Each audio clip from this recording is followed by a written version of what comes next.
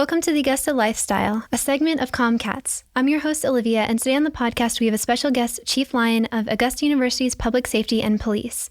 So you've been on a podcast before with our classmate, but today we want to have a more personal and lighthearted conversation about your personal life outside of being a police officer for our campus.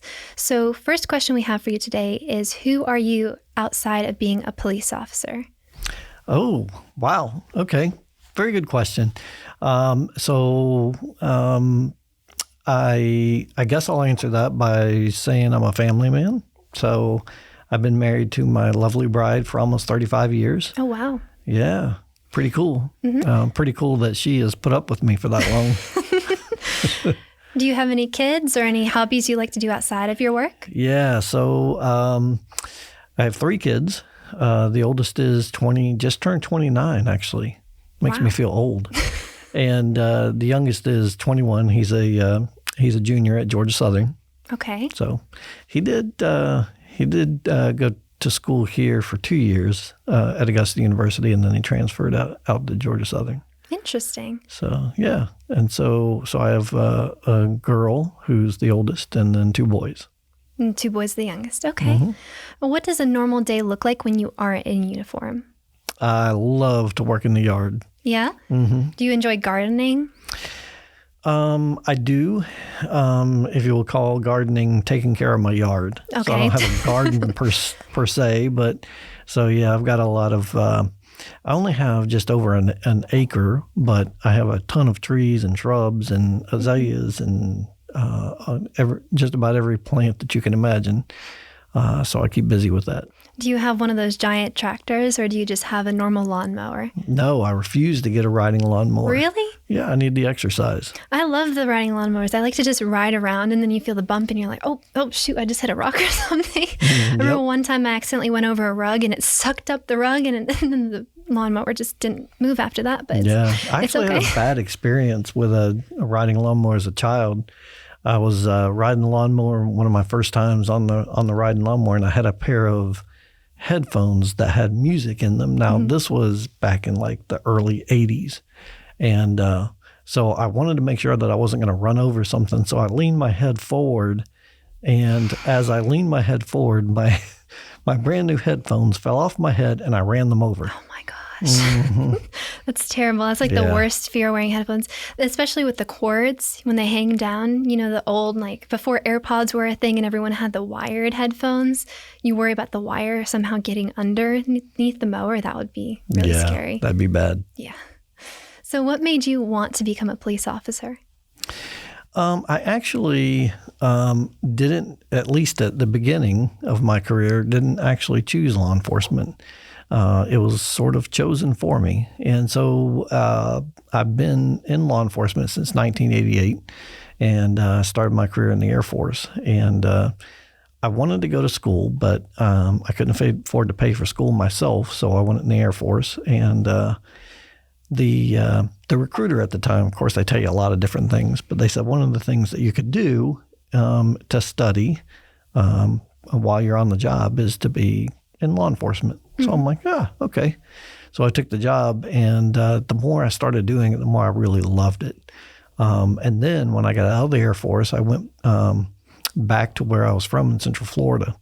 And the first agency to offer me a job in law enforcement was the University of Central Florida Police Department. Mm-hmm. And so that's where I began. And I thought, well, I'll just do a little bit of work here and then get some experience, and then I'll go to Orlando Police Department or some other municipality. But I really fell in love with campus law enforcement. Then how did you end up here in Georgia? Well, I guess I would say career progression. Mm-hmm. So I stayed at the University of Central Florida Police Department for just over 8 years. Mm-hmm. And then I went to a little college in North Carolina called Davidson College, and I was the assistant chief there. And then from there, I went to Chicago, and I was a chief in the Chicago for a police department at Northeastern Illinois University in Chicago for just almost 12 years. Wow. And then I needed to come back south. I needed to get out of the cold weather and get back closer to family. As I mentioned, my family's from Central Florida, so really thought that this was a really good fit.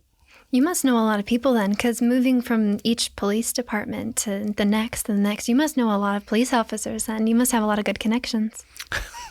You could say that, yes. I have been blessed to be able to have a really good partners at every place that I've been. Okay. Did you ever go into specific police academy, and what was it like going into the academy if you did? Yeah. So when I was in the military, I went to the police academy, and in the military, we train with the Navy, the Marines, and Air Force all trained together to learn law enforcement. Mm-hmm. And so the only ones that didn't train with us were the Army. And then, so I went to that basic training, and that was a couple of months long. Okay. And then when I got out of the military, I went to, as I mentioned, Central Florida, back home, and I went to the police academy in Central Florida. And at the time, you sent yourself to the police academy, and then you hoped after you successfully completed the police academy that somebody would hire you. Yeah. So yeah, that's what I did. So I went to the police academy there. And then each state that I've gone to since then has required that we do some sort of training and proficiency in each one of the states. So like when I came to Georgia, I had to pass several different tests to make sure that I was qualified to be a police officer in Georgia. Mm-hmm. I've seen some of the tests that officers go through online, just clips online about, I think it was, like the laugh test. You have to go through a bunch of different things. I watched a video. It was it was a YouTuber named Michelle Carr, and she had to basically drag dummies. She had to run certain distance fast enough and stuff like that. So what were the tests that they specifically put you through? Yeah, so what you're talking about is the PAT, the physical agility test. Mm-hmm. And each one of our officers have to go through that before they go to the police academy here in Georgia. I did not have to do that. Really? Because I was already a police officer. Mm-hmm. But I did have to go through, one of the first things I had to do is make sure that I could pass the academic test. So they give you a 300-question test, and you had to score 70 on it. Wow. And I mean, you talk about, 70 is not that bad, but when you talk about all the stuff that they require you to know, and so basically they extract all the information that you would learn in a police academy and put it on a test and require that you pass that. And so they required me to do that. And then EVOC. EVOC is Emergency Vehicle Operations course. Mm-hmm. And so basically proving that you can operate a vehicle in an emergency capacity if you needed to. So once you successfully pass that, then you have to go through firearms, make sure that your firearms proficient, and then first aid, AED, and that kind of stuff. And then you're certified. Interesting. That seems like a lot that goes into being a police officer. Yeah, it is. That's crazy. What would the main difference be between being a police officer for the county versus being a campus officer? For example, being an officer here at Augusta University. Yeah, there's virtually no difference. Mm-hmm. One of our officers can work here, and then they can transfer into, say, Richmond County. Richmond County deputy can work at Richmond County, and then they can transfer into us. Mm-hmm. Matter of fact, we've had a couple within the last couple of weeks. A couple deputies join our police department to become police officers with us. And so the job functions are essentially the same. I would say that the difference is here at Augusta University, we are much more focused on community relationships and building community relationships and we have a philosophy of community engagement. And so each time our officers interact with the community, we hope that's in a positive way. Mm-hmm. And we are able to build trust through those connections. So I think that's the biggest thing from my perspective is in the type of policing. Not to say that the county doesn't do that, but they do have a large responsibility, mm-hmm. and they're significantly challenged with personnel as well in terms of staffing. And so they're frankly running from call to call to call. And although we are busy, we don't necessarily have to do that. So we can spend time engaging with our community. Would you say that you enjoy being an AU police officer more than just a county officer? I would say yes, because I really enjoy, and one of the things that I really enjoyed about being at the University of Central Florida Police Department is their philosophy on community engagement. And I really fell in love with the profession based on that, based on the ability to reach our community in a non-enforcement way. So, and when I first got here in 2016, the police department culture at the time was sort of enforcement heavy. And I think we've changed that culture significantly. So we are better at engaging with our community and through that building that trust that I talked about. And we do that through a lot of different ways. But, you may see us across campus doing things like Coffee with a Cop. And that's just an opportunity for us to just have one-on-one communications with our community members to hear what's on their mind. Can you tell us more about the one-on-one Coffee with a Cop? Because I've never heard of that before, but that sounds really cool. Yeah. So we host Coffee with a Cop. Matter of fact, we have one coming up. I think maybe it's either this week or next week in the Dental College. And it's just an opportunity. We provide coffee and we provide hot chocolate to the community. Anybody wants to stop by can stop by, and there's no agenda. Just having a conversation, about policing, about, safety, and, whether or not people feel safe here at Augusta University. And if not, get down to the root causes of that and see if we can assist them in making sure that they do feel safe. So that's just an opportunity for us to engage in our community. And, I've talked a little bit about one-by-one policing, and that's exactly what that's talking about. Just taking those opportunities to engage people. That's very nice. That's really good that you guys are very transparent and you offer something like that. I know we have a bunch of safety features here on campus, like the telephone that we have in the parking lot, where you could press the button or pick up the phone and it connects you right to an operator, which is really great. But it's good that they have the Coffee with the Cop. So if somebody had a concern or they wanted to talk about something regarding safety with the cop, they have that opportunity to do so. Yeah, that's right. Yeah. What would a normal day look like for you if you were on the job and then coming home?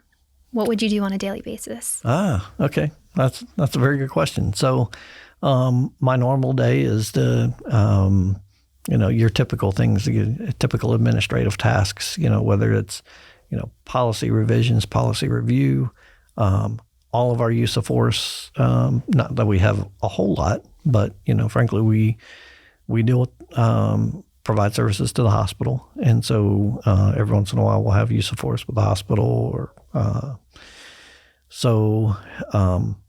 all those use of force reports get reviewed. Reviewing policy procedures, communication with the command staff, every Wednesday is our command staff meeting. So, we make sure that we communicate with each other that way.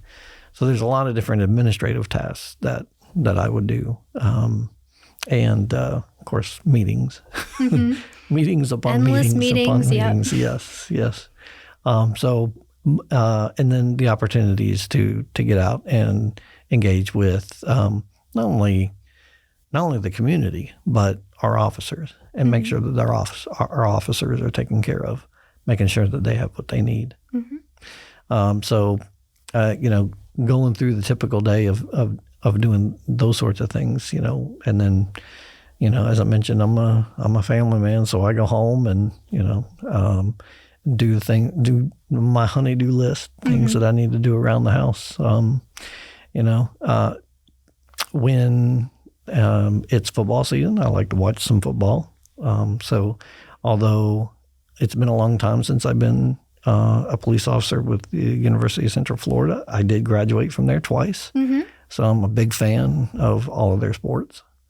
So I'm busy with that during the football season. I have season tickets, and so I go there. That's awesome. Pretty often. Yeah. So not only go to the games, but I go to the games with my dad, and that's really fun. Yeah, I've never been a football person. I always liked soccer or basketball over it. I just never understood it. But if that's your thing, you enjoy it. So that's what matters. Is there any resources or classes that the AU Police offer to students at the university? Yeah, that's a good question. We offer a couple of different classes. One is Rape Aggression Defense, RAD class, and that can be scheduled through Captain Cheryl, captain of our community services. And then we also offer a firearms course. So presently in the state of Georgia, if you're 21 years old, you can go out and buy a firearm and carry it unconcealed. You can even carry it on campus if you're compliant with the concealed carry on campus. But there's no requirement for you to take a safety course. And so we provide that to our community. It's not something that people have to have, as I mentioned, but it's something that we would like for them to have. And a lot of people don't know this, but we do. The Augusta University Police Department does have their own fully functional firing range. And so that's where we hold that course. That's great. I'm glad that that's offered here at the campus. Yep. Do you have an experience here that you'll never forget on the Augusta University campus? Could it be like a difficult one or a heartwarming one, something that really just stuck in your brain that has made you never forget an experience like that? Yeah, that's a tough deep question. one. It sure is. I guess I would say, of course, some of the high-profile crime events that have occurred since I've been here, of course, those stick with me. I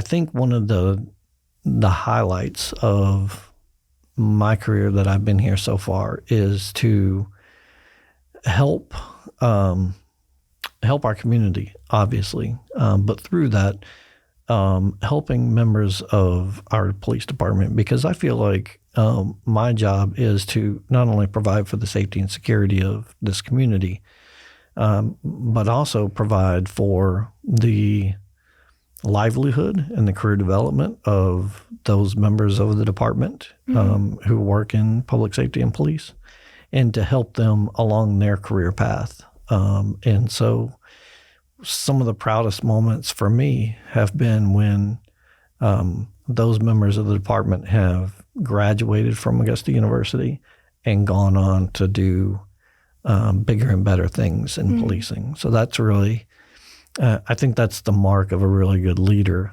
is to prepare those leaders of tomorrow. That's really good. Thank you for sharing that. Yeah. And for my last question for the day, is it hard to separate your work and your personal life?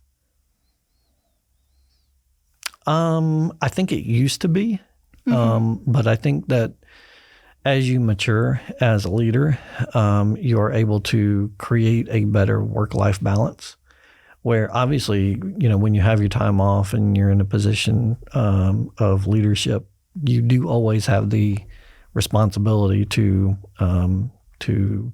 answer the call when it comes, whatever the case may be. But I think I've done a really good job at creating that balance between work and life. One of the things that I've learned early on in my career is there's a book by Dr. Gil Martin, and it's specific for law enforcement. And if you don't create that work-life balance, you can really create some significant issues in wellness for police officers specifically.